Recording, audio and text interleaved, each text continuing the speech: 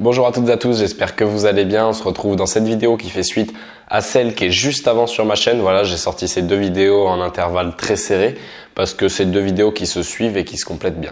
Donc dans la première vidéo, je vous explique un petit peu mon parcours, comment j'en suis arrivé à créer mon entreprise à 16 ans. Et je vous ai aussi donné 2-3 conseils. Voilà, je vous explique un peu comment ça se passait lors de la création. Et maintenant, je voulais qu'on parle vraiment plus profondément du business en soi-même.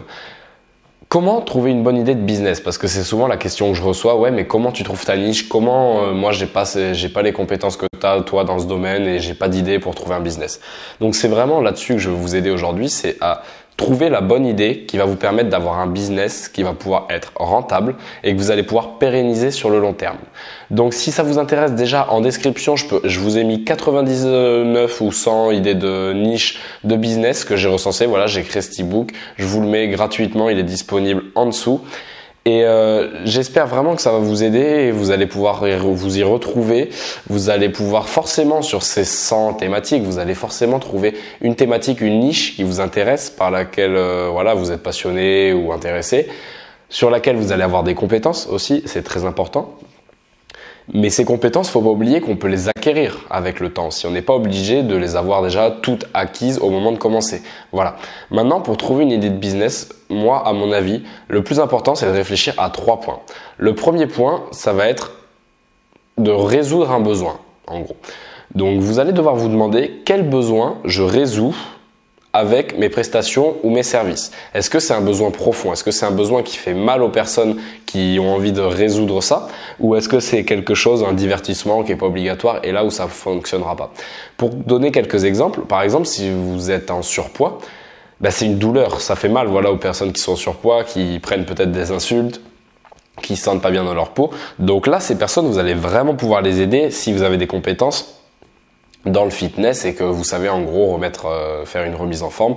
Là, vous allez pouvoir apporter une véritable valeur. Et là, ça va être un business qui peut être rentable sur le long terme. Ça, faut pas l'oublier. Donc après, moi, à mon avis, il y a plusieurs niches dans lesquelles vous pouvez résoudre un besoin profond. Moi, par exemple, dans le marketing, voilà, sur Internet, ce que j'aide à faire, c'est j'aide les entreprises à vendre. Donc, toutes les entreprises qui savent pas comment s'y prendre avec Internet parce que voilà, c'est compliqué, qu'il y a plein d'outils, qu'on voit vraiment plein de stratégies sur lesquelles il faudrait se positionner idéalement. Sauf qu'au final, elles sont perdues ces entreprises parce qu'elles savent pas comment faire. Donc moi, j'arrive et je les aide à pouvoir vendre en ligne, à pouvoir créer un marketing, une communication solide autour de leur entreprise, que ce soit pour un business physique ou pour un business non physique, hein, ça peut marcher pour les deux. Donc vraiment, j'aide les entrepreneurs, en gros les chefs d'entreprise, à développer leur entreprise sur Internet. Et ça, c'est un besoin profond parce que c'est quelque chose qu'ils peuvent pas forcément faire eux-mêmes, ils en ont pas le temps, ils savent pas par où commencer. Et en même temps, ça leur fait mal parce qu'ils savent qu'il y a une vraie part de marché à prendre sur Internet, mais qu'ils la prennent pas. Donc c'est cette douleur de perdre de l'argent que moi, c'est cette douleur avec laquelle je joue, entre guillemets, même si jouer avec une douleur, ça fait très pervers, mais là, on parle vraiment de vente, hein, il y a aucun sous-entendu ou quoi, mais en gros, je joue avec cette douleur, j'appuie sur ce point pour pouvoir faciliter l'adhésion du client.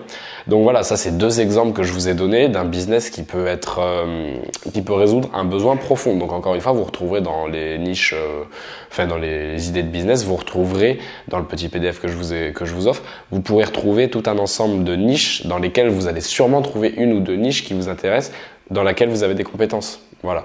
Donc ça, c'était le premier point à mon sens, résoudre un besoin profond. Maintenant, le deuxième point, à mon avis, ça va être de cibler une audience qui peut payer vos produits.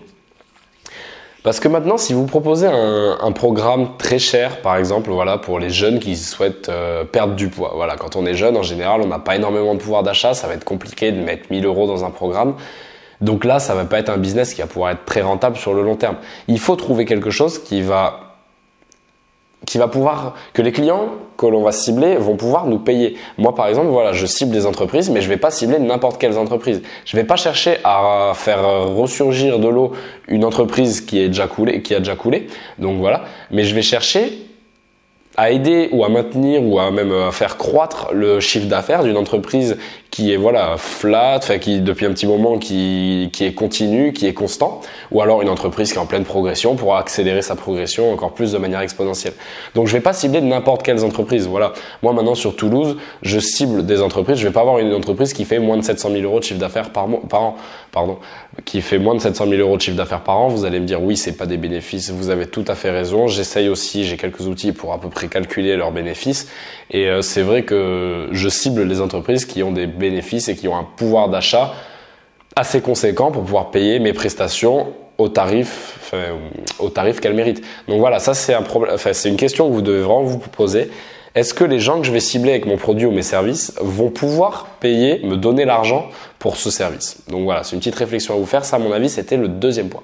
Et troisième point, ça va être de choisir un business intemporel. Un business que vous allez pouvoir dupliquer dans les prochaines années. C'est-à-dire, je m'explique. Si vous aviez lancé un business de hand spinner par exemple, dans l'année dernière, ça aurait éclaté, évidemment.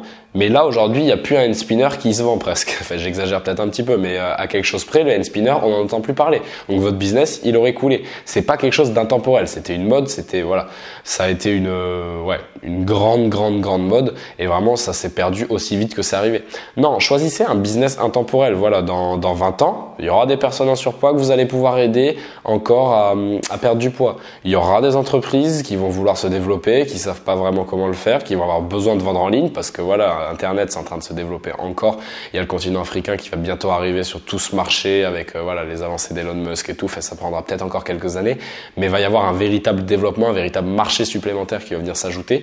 Et là, les entreprises, ça va être du pain béni pour eux. Ils vont vouloir absolument se jeter dessus. Donc voilà, là, on voit que c'est un besoin qui va être durable dans le temps.